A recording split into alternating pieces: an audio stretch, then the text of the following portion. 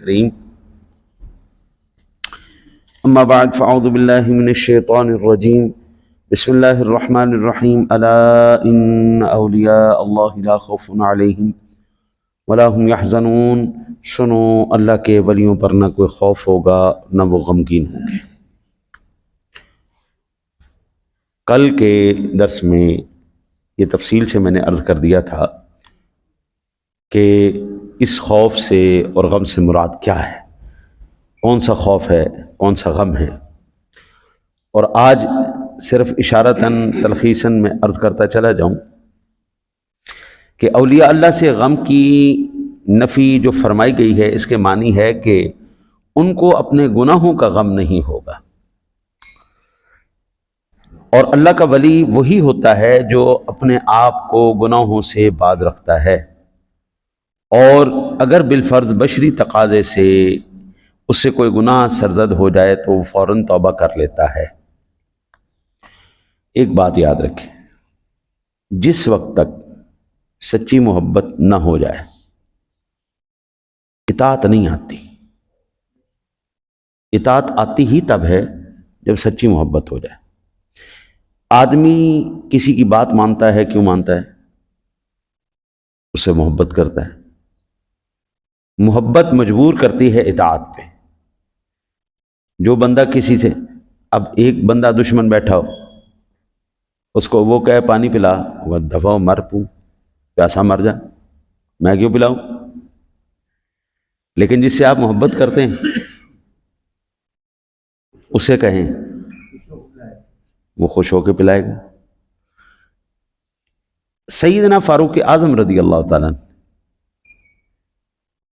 آپ نے عرض کی یا رسول اللہ میں آپ سے بڑا پیار کرتا ہوں، لیکن اپنی جان سے کم میری جان پہلے ہے، پھر آپ سے محبت ہے۔ آقا جی علیہ الصلوۃ والسلام نے فرمایا تو ابھی مومن نہیں ہوا، ٹھیک ہے مسلمان ہو گیا ٹھیک، مومن نہیں ہوا۔ عرض کی یا رسول اللہ صلی اللہ علیہ وسلم اب اس کائنات عالم میں مجھے ساری کائنات بعد میں ہے، آپ سب سے پہلے، آپ سے محبت سب سے بڑھ کے۔ میرے آقا جی علیہ الصلوۃ والسلام نے ارشاد فرمایا عمر لا یؤمن احدکم حتی اکون احب الیہ من والدہ وولدہ والناس اجمعین، کوئی بندہ اس وقت تک مومن نہیں ہو سکتا جس وقت تک وہ اپنے ماں باپ سے بڑھ کر، ساری کائنات سے بڑھ کر، ہر ایک چیز سے بڑھ کر مجھ محمد سے محبت نہ کر لے صلی اللہ علیہ وسلم۔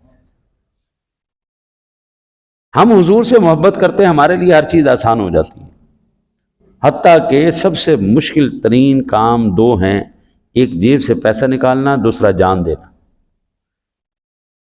پیسہ دینا اور جان دینا یہ بڑے مشکل کام ہے، لیکن قربان جائیں جب باری آتی نا سرکار کی ناموس کی، تو پھر ہمارے پیسے بھی حاضر ہیں، ہماری جانیں بھی حاضر ہیں۔ جس چیز کا ضرورت ہوگی ہماری طرف سے ہر چیز حاضر ہے۔ ٹھیک ہو گیا جی؟ اب یہاں سے یہ مراد نہیں لیا جا سکتا کہ دنیا کا غم اور وہ نہیں آئے گا، پریشانی نہیں آئے گی، نہ۔ میں اکثر یہ عرض کرتا ہوں، جو بندہ جتنا رب اور اس کے رسول کے قریب ہوتا جائے گا، اللہ اتنی زوردار کڑکی کے اندر اس کو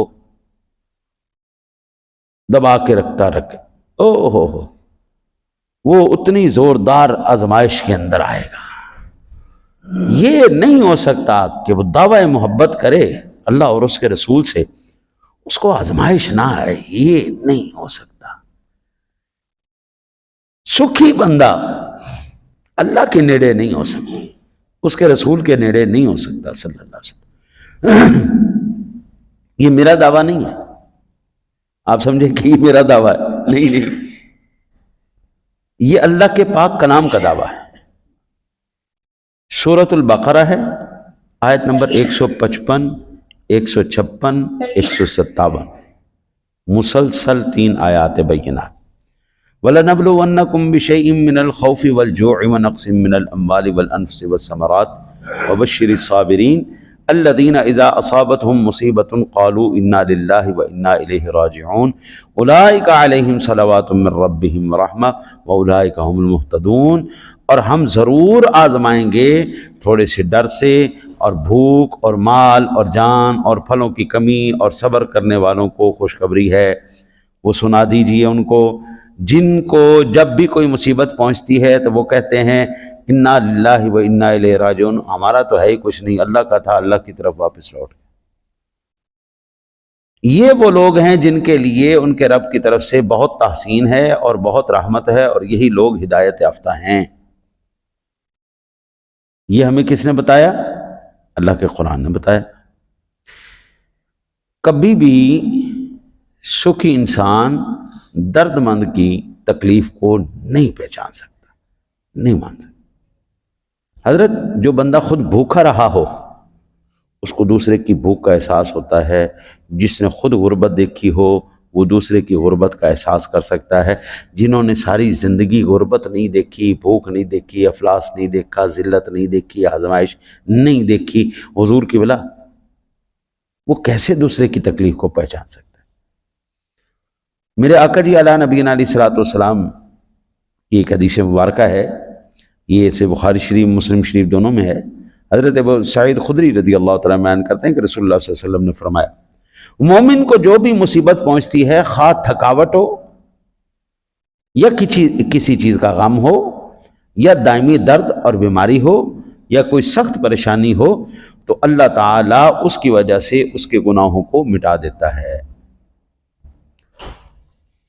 اللہ تعالیٰ بڑے خوش نصیب ہیں وہ لوگ، اور ہماری نسل، آپ لوگوں کی نسل بڑی خوش نصیب ہے۔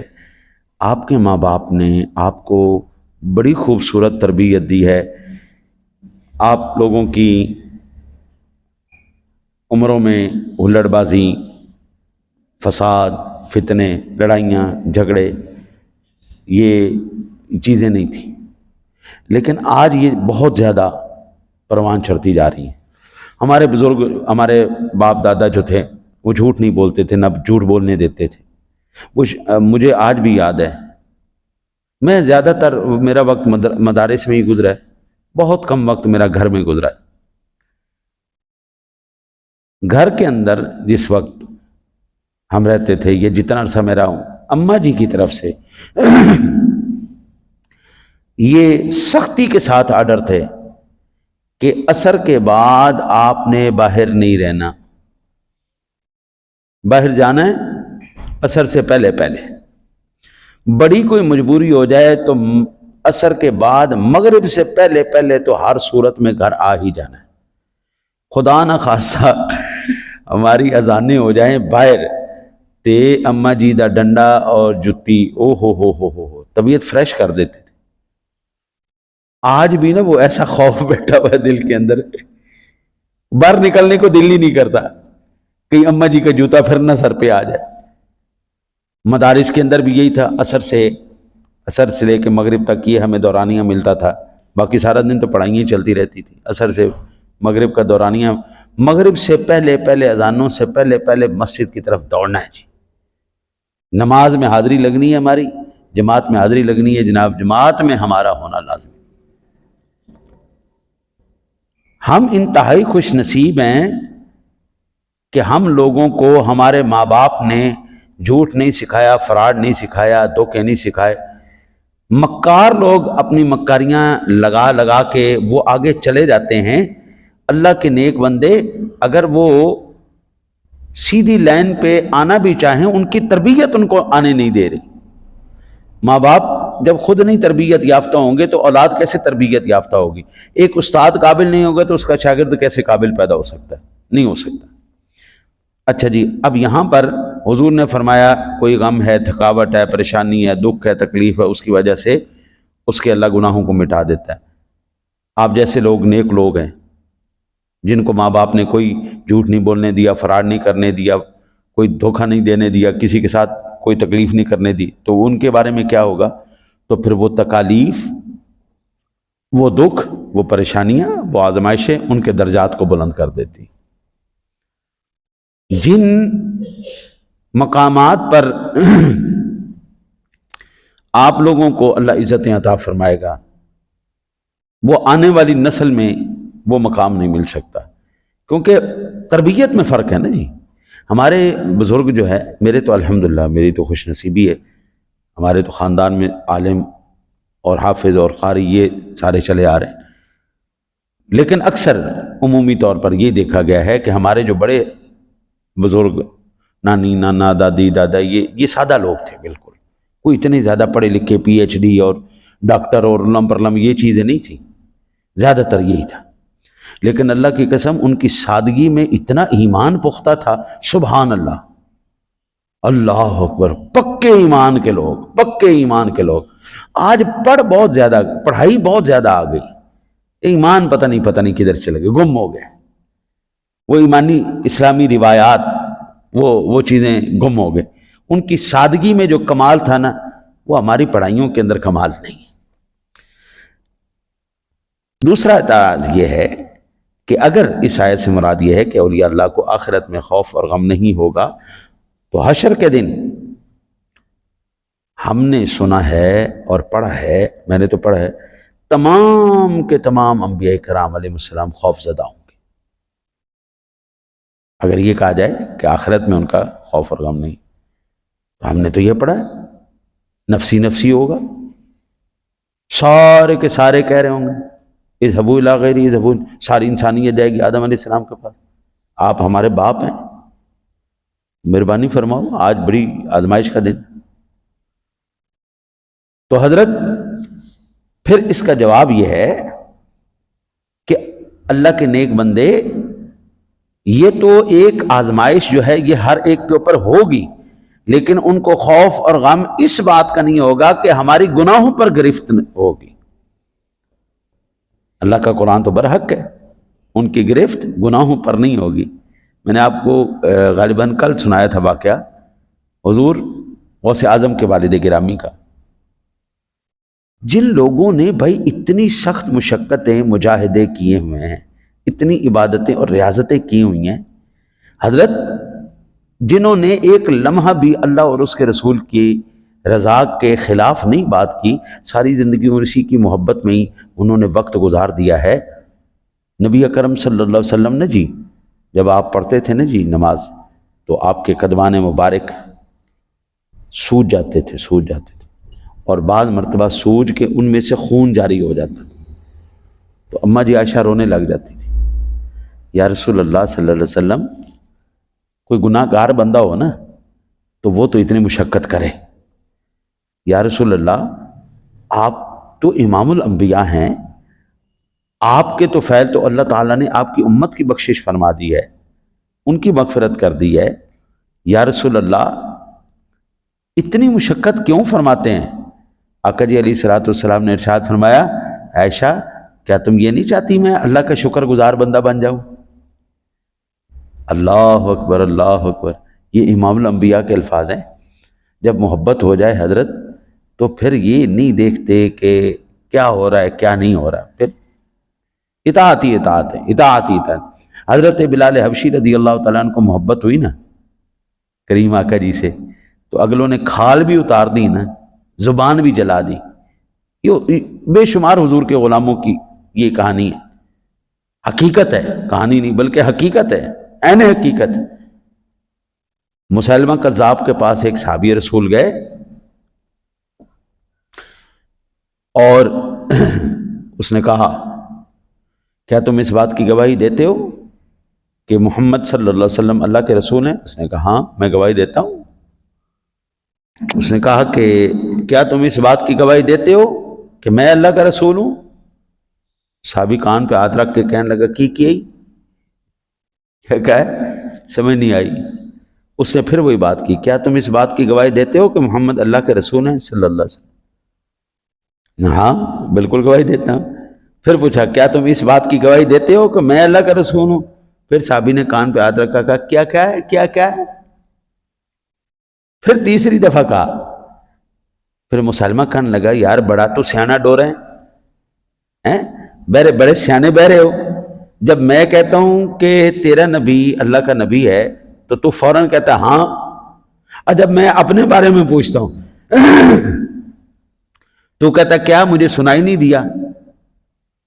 صحابہ کی ذات تھی. میں نے کہا بغیرت ابھی تک تجھے سمجھ میں نہیں آئی؟ ہمیں حضور کے بعد کوئی نبی سمجھ میں نہیں آتا، سنائی نہیں دیتا ہمیں، ہم کیوں سنیں؟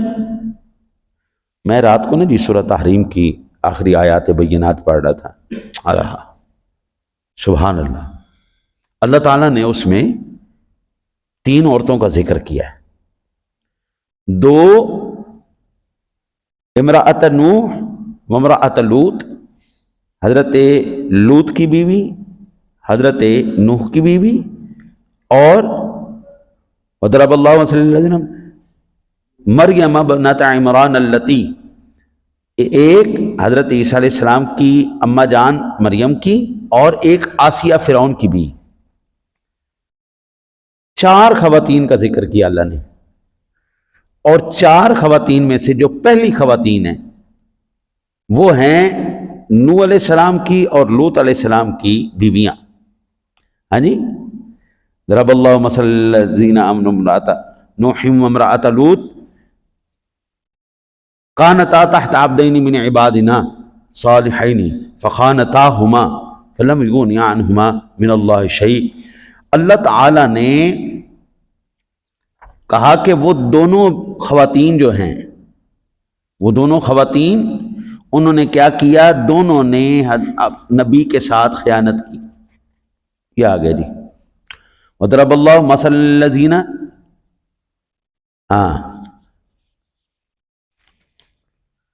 ضرب اللہ مثلا للذین کفروا امرأۃ نوح و امرأۃ لوط کانتا تحت عبدین من عبادنا صالحین فخانتاہما فلم یغنیا عنہما من اللہ شیئا وقیل ادخلا النار مع الداخلین.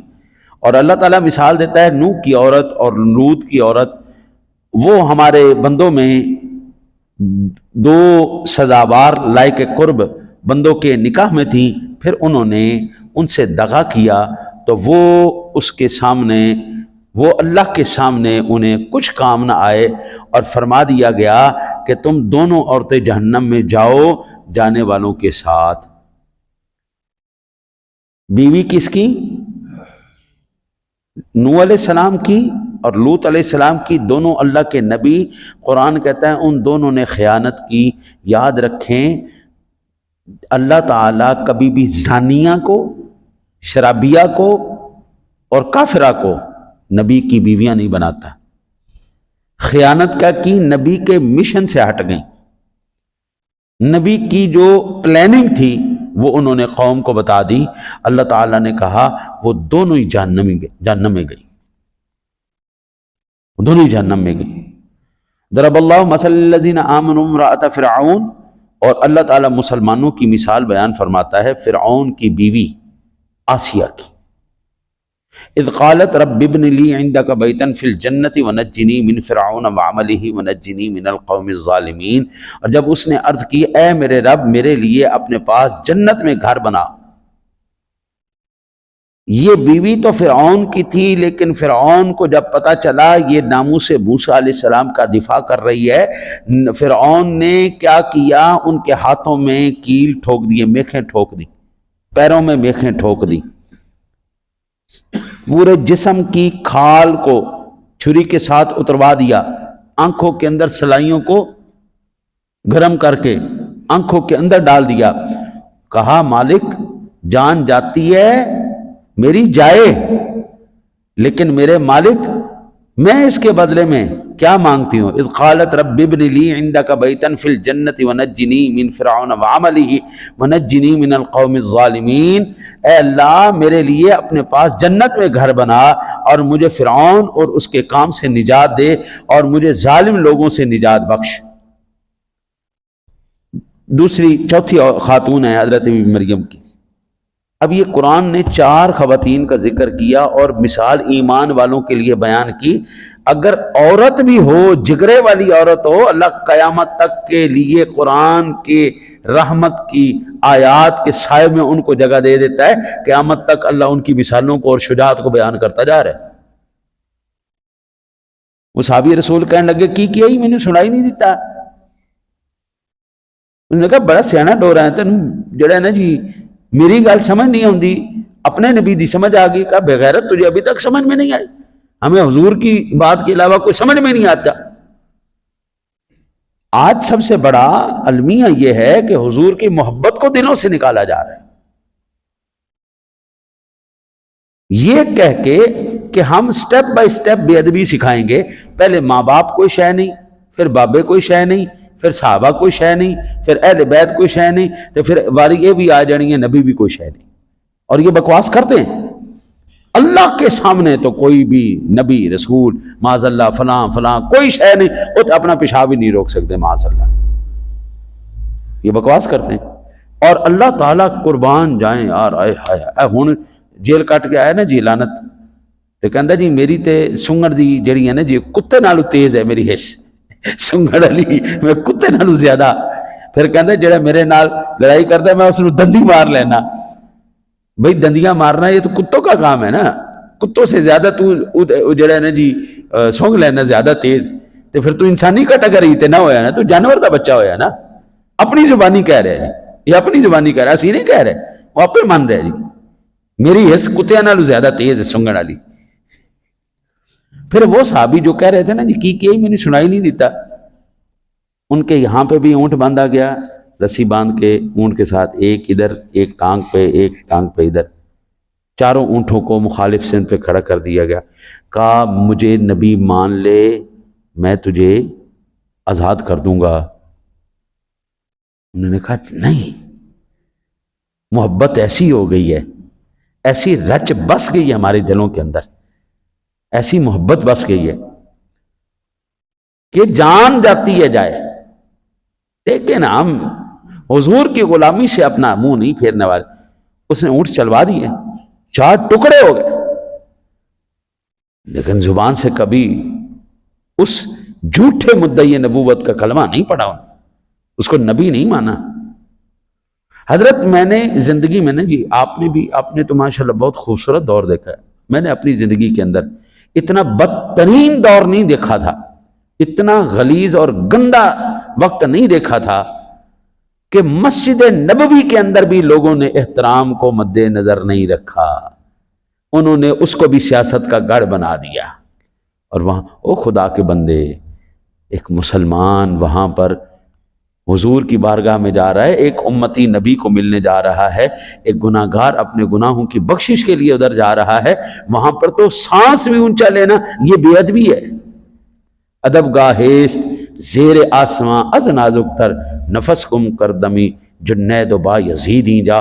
وہ جو ولایت کے ببر شیر ہیں وہ بھی جب وہاں پہ جاتے ہیں نا جی، تو اس روئے زمین کے نیچے جو سب سے زیادہ ادب والی جگہ ہے نا وہ حضور کا در اقدس ہے. وہاں پر وہ جنید اور با یزید جیسے بھی سانس اونچی نہیں لیتے کہیں بے ادبی نہ ہو جائے، اور بے ادبی ہو گئی تو ساری زندگی کا سرمایہ گیا. اسی لیے اماں جی عائشہ صدیقہ بیان کرتی ہیں کہ رسول اللہ صلی اللہ علیہ وسلم اس آیت کے متعلق پوچھا والذین یؤتون ما آتوا وقلوبہم وجلت انہم الی ربہم راجعون. سورہ مومنون کی 60 نمبر آیت مبارکہ ہے. اور وہ لوگ جو کچھ دیتے ہیں اس حال میں دیتے ہیں کہ ان کے دل خوف سے لرز رہے ہوتے ہیں کہ وہ اپنے رب کی طرف لوٹنے والے ہیں. کیا اس آیت میں ان لوگوں کا ذکر ہے جو شراب پیتے ہیں، چوری کرتے ہیں؟ یا رسول اللہ اس آیت میں ان لوگوں کا ذکر؟ فرمایا نہیں اے صدیق کی بیٹی، لیکن یہ وہ لوگ ہیں جو روزے رکھتے ہیں، نماز پڑھتے ہیں، صدقہ دیتے ہیں، اور ان کو یہ خوف ہوتا ہے کہیں ایسا نہ ہو ان کا یہ اعمال مقبول نہ ہو. ایسا ان کو اس بات کا خوف رہتا ہے یہ جو ہم نے کی ہے نیکی کی ہے کہیں ہماری نیکی ضائع نہ چلی جائے. ان کو اس بات کا خوف ہوتا ہے، وہ نیکی کرنے میں جلدی کرتے ہیں. یہ سنن ترمذی شریف کی حدیث. آج تو پتہ نہیں بابو آپ اب تو آپ دیکھتے ہیں لیٹرینوں کا بھی بینر لگا ہوتا ہے نا تو اوپر تصویر لگی ہوتی ہے یہ فلاں نے کام کروایا. آج کل تو آپ ہر جگہ پہ دیکھ ہی رہے نا جی، کوڑے والی گاڑیوں کے اوپر بھی تصویریں ہیں، کوڑے والی گاڑیوں کے اوپر، لیٹرینوں کے اوپر بھی تصویریں ہیں. جدھر بھی کوئی بینر لگا ہوا نا جی تصویر ہی تصویر ہے، تصویر ہی تصویر ہے. آپ نے کس کے لیے کیا ہے؟ اللہ کی رضا کے لیے کیا ہے تو وہ دیکھ رہا ہے. اگر اللہ کی رضا کے لیے کیا ہے تو اس کو پتہ ہے کون کیا کر رہا ہے. ان اللہ علیم بذات الصدور، وہ دل میں اٹھنے والے خیال سے بھی واقف ہے آپ کے.